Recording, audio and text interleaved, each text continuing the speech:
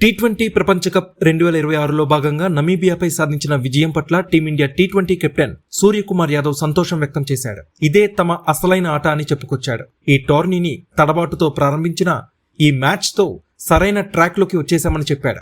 Group ఏలో భాగంగా న్యూఢిల్లీ వేదికగా గురువారం జరిగిన మ్యాచ్ లో సమష్టిగా రాణించిన టీమిండియా 93 పరుగుల తేడాతో నమీబియాని ఓడించింది. ఈ మ్యాచ్ అనంతరం తమ విజయంపై మాట్లాడిన సూర్యకుమార్ యాదవ్ ఇషాన్ కిషన్, హార్దిక్ పాండ్యా, సంజు శాంసన్, శివం దుబే, వరుణ్ చక్రవర్తి, జస్ప్రీత్ బుమ్రా, అక్షర్ పటేల్ ఆటని కొనియాడాడు. కఠినమైన పిచ్ పై ఇషాన్ కిషన్, సంజు శాంసన్ అదిరిపోయే ఆరంభాన్ని అందిస్తే హార్దిక్ పాండ్యా, శివం దుబే కీలక భాగస్వామ్యాన్ని నమోదు చేశారని చెప్పాడు. బౌలింగ్ లో వరుణ్ చక్రవర్తి, జస్ప్రీత్ బుమ్రా, అక్షర్ పటేల్ సత్తా చాటారని తెలిపిన సూర్య బుమ్రా రాక జట్టుకి అతిపెద్ద బూస్ట్ అని చెప్పాడు. సూర్య మాట్లాడుతూ ఇది చాలా మంచి మ్యాచ్.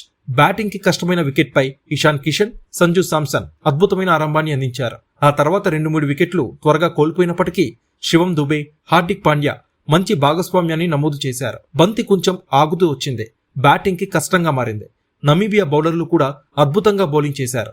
వారు కసితో ఈ మ్యాచ్ ఆడారు. వారు తమ స్ట్రాటజీస్ ని అద్భుతంగా అమలు చేశారు. వారి బౌలింగ్ కి నేను ఫిదా అయిపోయాను. మేం వెనువెంటనే వికెట్లు కోల్పోయాం, కానీ మంచి భాగస్వామ్యం నెలకొల్పాం. చివర్లోనూ మంచి ముగింపు లభించింది. బౌలింగ్ విభాగంలో బుమ్రా తను 4 ఓవర్లు పూర్తిగా బౌలింగ్ చేయడం జట్టుకి కలిసొచ్చే అంశం. అతను జట్టులోకి తిరిగి రావడం శుభపరిణామం. తదుపరి మ్యాచ్ కూడా అతను ఆడతాడు. వరుణ్ చక్రవర్తి, అక్షర్ పటేల్ ద్వయం బౌలింగ్ చేసిన తీరు అమోఘం. వారిని ఎదుర్కోవడం ప్రత్యర్థులకి కష్టం. ఇక హార్దిక్ పాండ్యా కొత్త బంతితో అయినా పాత బంతితో అయినా బౌలింగ్ చేయగలడు. అతను బ్యాటింగ్ చేసే విధానం కూడా అద్భుతం. క్లిష్ట పరిస్థితుల్లో పాజిటివ్ మైండ్ సెట్ తో వచ్చి ప్లేయర్ ఆఫ్ ద మ్యాచ్ గా నిలవడం జట్టుకి కలిసొచ్చే అంశం. ఇప్పటి వరకు మా ఆట తీరు పట్ల నేను చాలా హ్యాపీగా ఉన్నాను. తదుపరి మ్యాచ్ల్లో కూడా ఇలాగే రాణించాలి అనుకుంటున్నాం.